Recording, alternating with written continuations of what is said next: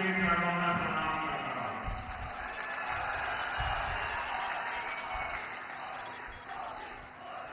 साथियों, महाराष्ट्र का ये चुनाव केवल नई सरकार चुनने का चुनाव नहीं है। एक और संभाजी महाराज को मानने वाले देशभक्त हैं, दूसरी ओर औरंगजेब का अनुदान करने वाले लोग हैं।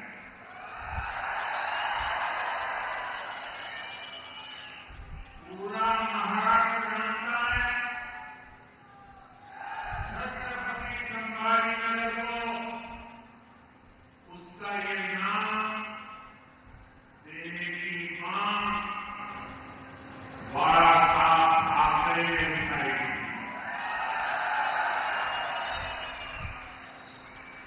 हमारी सरकार की 2.5 साल सत्ता रही, लेकिन कांग्रेस के दबाव में इन लोगों की हिम्मत नहीं हुई। जबकि महायुति सरकार ने आते ही इस शहर को छत्रपति संभाजीनगर का नाम दिया।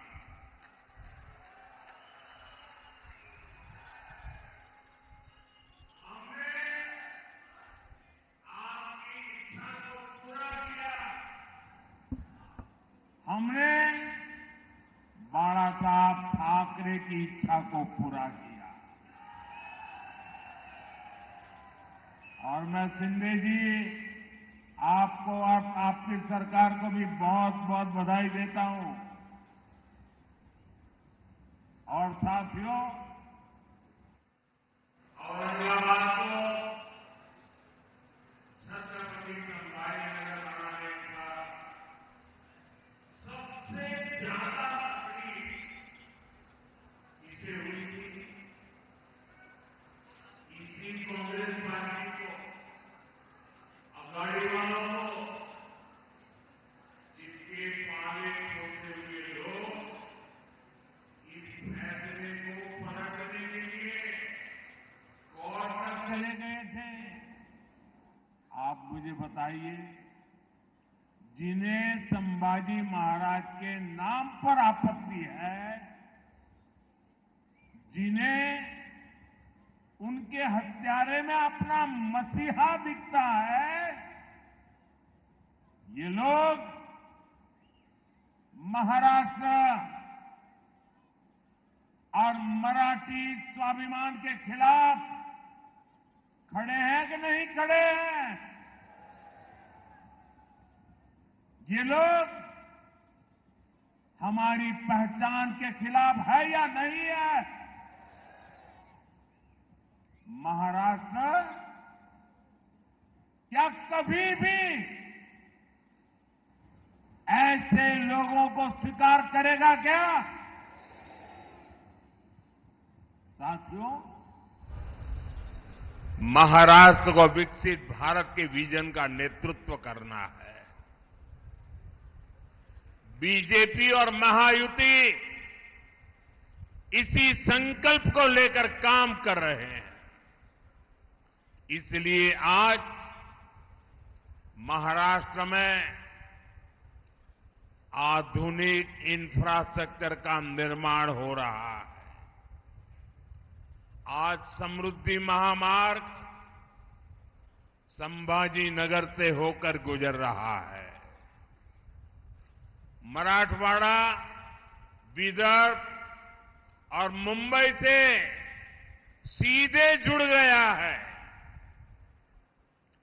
जळगांव, धुलिया, सोलापुर से हाईवे कनेक्टिविटी के प्रोजेक्ट पर भी तेजी से काम हो रहा है। इस पूरे क्षेत्र में रेलवे को आधुनिक बनाया जा रहा है। साथियों, महायुति सरकार बनने के बाद देश में सबसे ज्यादा निवेश, फॉरेन डायरेक्ट इन्वेस्टमेंट अगर कहीं हुआ है तो वो मेरे महाराष्ट्र में हुआ है। शिंदे जी, इसके लिए भी आपको और आपकी टीम को बधाई। और इसका एक बहुत बड़ा लाभ आप लोगों को हुआ है। अकेले इस क्षेत्र में अब तक 70,000 करोड़ रुपए से ज्यादा के निवेश के समझौते हो चुके हैं। 45,000 करोड़ रुपए के प्रोजेक्ट्स यहां आ चुके हैं। आने वाले समय में बहुत सारी बड़ी बड़ी कंपनियां हमारे यहां काम करेगी। इसके लिए यहां महाराष्ट्र का सबसे बड़ा इंडस्ट्रियल पार्क बनाया जा रहा है। और इस सब का नतीजा क्या है? ज्यादा निवेश, ज्यादा कंपनियां, यानी संभाजीनगर और मराठवाड़ा के युवाओं को ज्यादा से ज्यादा अवसर, ज्यादा से ज्यादा रोजगार। साथियों, महाराष्ट्र में विकास के इस महायज्ञ के साथ ही हमारी सरकार विरासत का अनुष्ठान भी कर रही है। भगवान विट्ठल के भक्तों की सुविधा के लिए हमने पालकी महामार्ग का निर्माण करवाया है। महाराष्ट्र और मराठवाड़ा के लोग दशकों से मराठी को अभिजात भाषा का दर्जा देने की मांग कर रहे थे।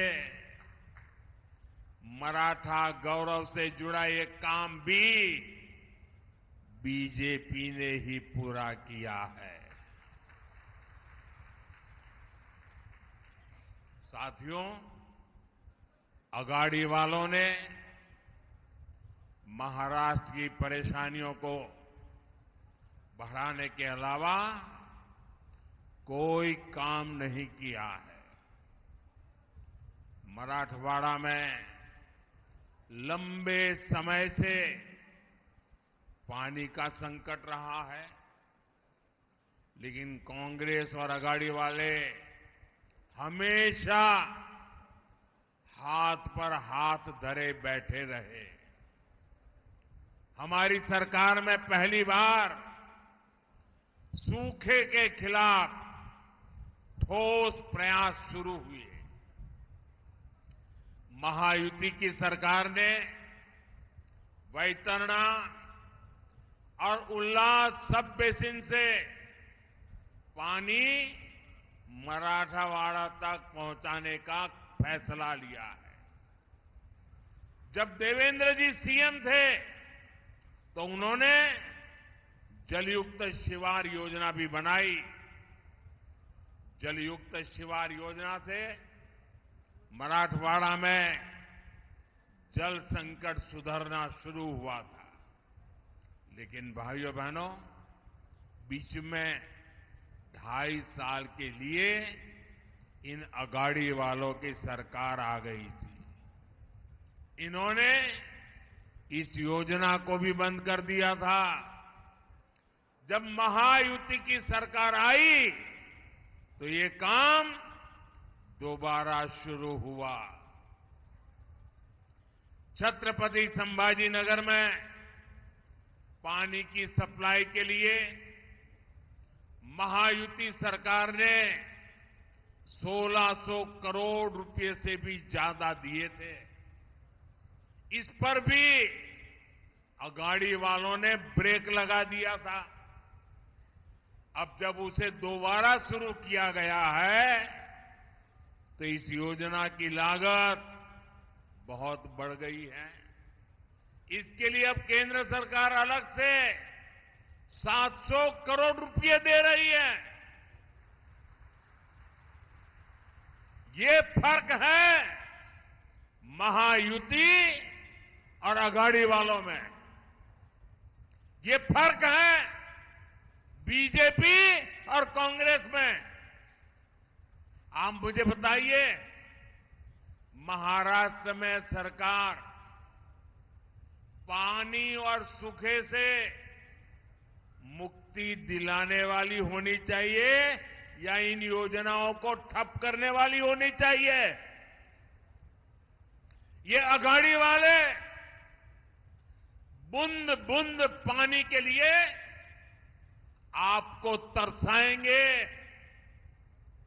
तरसाएंगे कि नहीं तरसाएंगे? इसलिए विशेषकर मैं माताओं बहनों को कहता हूं, ये अघाड़ी वालों को घुसने ही मत देना, वरना आपको पानी के लिए भी तरसा के रखेंगे।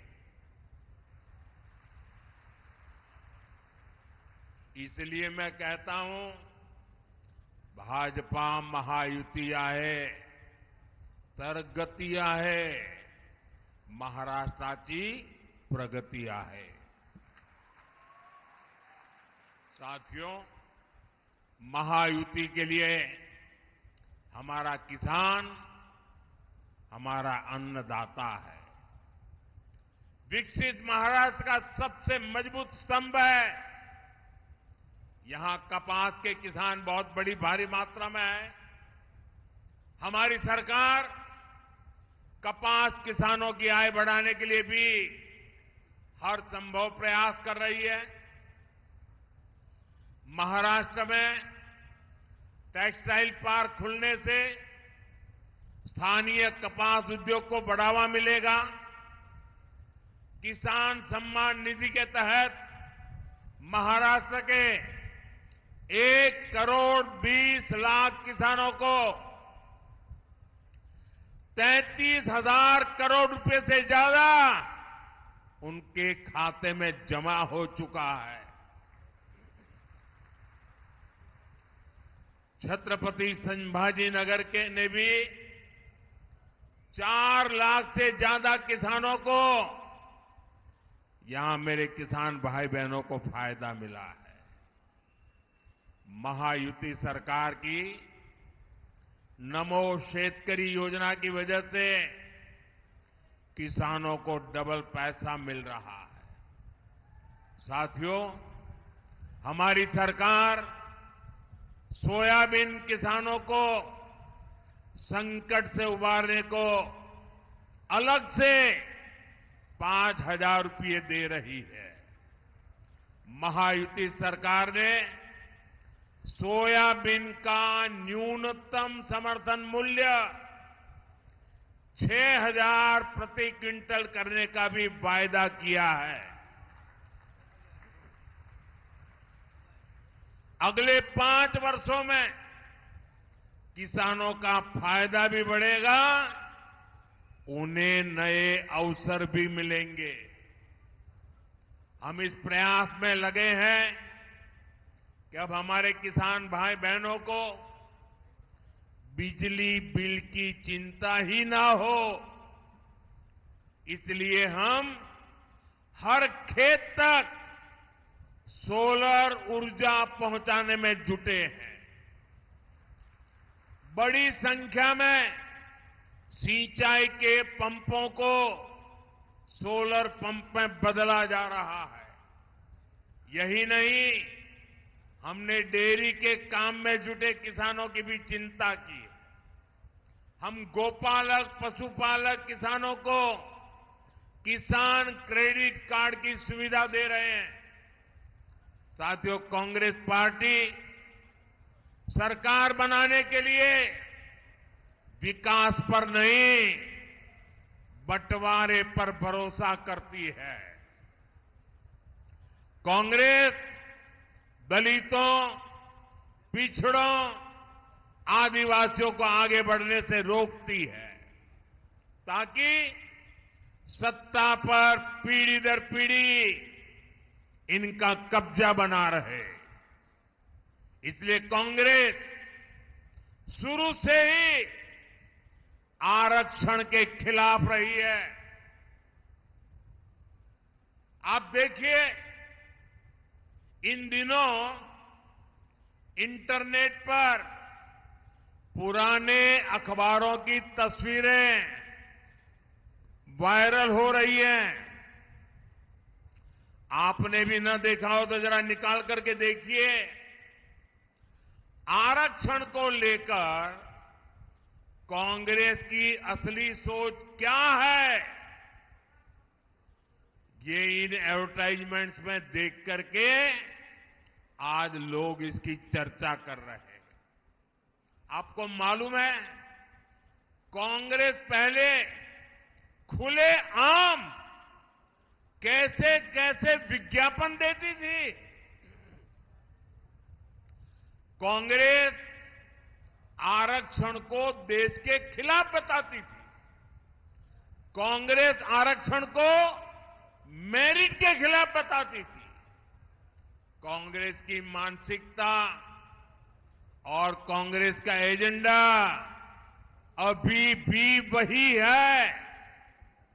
इसलिए पिछले 10 वर्षों से ओबीसी समाज का प्रधानमंत्री इन्हें बर्दाश्त ही नहीं हो रहा है। उनको लग रहा है ये पिछड़ा कहां से आ गया।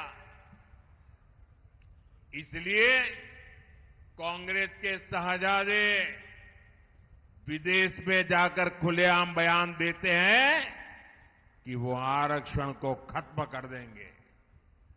भाइयों बहनों, अब अपने एजेंडे को लागू करने के लिए, उसे आगे बढ़ाने के लिए कांग्रेस और अघाड़ी एससी, एसटी, ओबीसी को छोटी छोटी जातियों में बांटने का षड्यंत्र रच रहे हैं। कांग्रेस यहां माड़ी समाज को गवंडी समाज से लड़वाना चाहती है। कांग्रेस लोहार को सुतार से लड़वाना चाहती है। कांग्रेस चाहती है कि सोनार और कुंभार में जाति के नाम पर लड़ाई हो जाए। ये लोग वाणी और तेली जैसे समाजों को आपस में लड़ाना चाहते हैं। ये नावी धोबी को लड़वाने की फिराक में है। कांग्रेस सोच रही है कि ओबीसी जातियों में बटेगा तो उसकी ताकत कम हो जाएगी, और जब समाज की ताकत कम हो जाएगी तो कांग्रेस को बैठे बैठे ही फायदा मिल जाएगा। यही से कांग्रेस के लिए सत्ता में वापसी क्या मौके की तलाश चल रही है। और जैसे ही कांग्रेस को सरकार में आने का मौका मिला तो वो एससी, एसटी, ओबीसी का आरक्षण रोक देंगे। इसलिए एससी, एसटी, ओबीसी को इन साजिशों का शिकार नहीं होना है। और इसलिए भाइयों बहनों, हमें जागरूक रह करके एकता को बल देना है, एकता की ताकत को बढ़ाना है, एकता के मंत्र को जीना है। और इसलिए हमें याद रखना है, हम एक हैं तो सेफ है। हम एक हैं, हम एक हैं तो, हम एक हैं तो। साथियों, मैं आज देशभक्तों की इस भूमि मराठवाड़ा की धरती से एक और जरूरी अपील करना चाहता हूं। इस धरती ने सदियों से भारत की अखंडता के लिए, भारत माता के लिए बलिदान दिए हैं। महाराष्ट्र के लोगों के लिए देशभक्ति सबसे ऊपर है। लेकिन दूसरी ओर ये कांग्रेस पार्टी, कांग्रेस और उसके साथियों ने 370 को फिर से लागू करने का प्रस्ताव पास कराया है। आपने टीवी में, अखबारों में देखा होगा। आपको ध्यान होगा, जब हमने कश्मीर को 370 से आजादी दिलाई थी तो कांग्रेस ने संसद के भीतर उसका विरोध किया था। अदालत में भी वकील बन करके कांग्रेसियों ने 370 के हमारे निर्णय को खत्म करने के लिए रात दिन मेहनत की थी, बेशर्मी के साथ मेहनत की थी। और अब ये फिर से 370 को लागू करके कश्मीर का अलग संविधान बनाने की योजना बना रहे हैं। कश्मीर भारत का अभिन्न हिस्सा है। कश्मीर में बाबा साहब आंबेडकर का संविधान चले, कश्मीर से आतंकवाद का नामो निशान मिटे, ये हर देशवासी का संकल्प है। लेकिन कांग्रेस का सपना क्या है? कांग्रेस का सपना कश्मीर से बाबा साहब के संविधान को हटाने का है। मैं तो हैरान हूं, पाकिस्तान के अलावा अगर कोई ये सपना देख रहा है तो वो कांग्रेस और उसके साथी है। पाकिस्तान की भाषा बोलने वाली कांग्रेस और उसके दोस्तों को क्या महाराष्ट्र के मेरे भाई बहन, संभाजीनगर के मेरे भाई बहन ऐसे लोगों को सबक सिखाएंगे कि नहीं सिखाएंगे? साथियों, हमें महाराष्ट्र में एक मजबूत और निर्णायक सरकार की जरूरत है। कुर्सी के लिए आपस में लड़ने वाले अघाड़ी के लोग महाराष्ट्र के हित में कभी काम नहीं कर सकते। इसलिए मेरा आग्रह है, ज्यादा से ज्यादा संख्या में महायुति उम्मीदवारों के पक्ष में वोट करें। मैं आपको भरोसा दिलाता हूं, अगले 5 साल में महाराष्ट्र विकास की नई ऊंचाइयों को छुएगा। इसी संकल्प के साथ आप सबका ये प्यार, ये आशीर्वाद, इसके लिए मैं आपका बहुत बहुत आभारी हूं। मेरे साथ बोलिए, भारत माता की, भारत माता की, भारत माता की। बहुत बहुत धन्यवाद।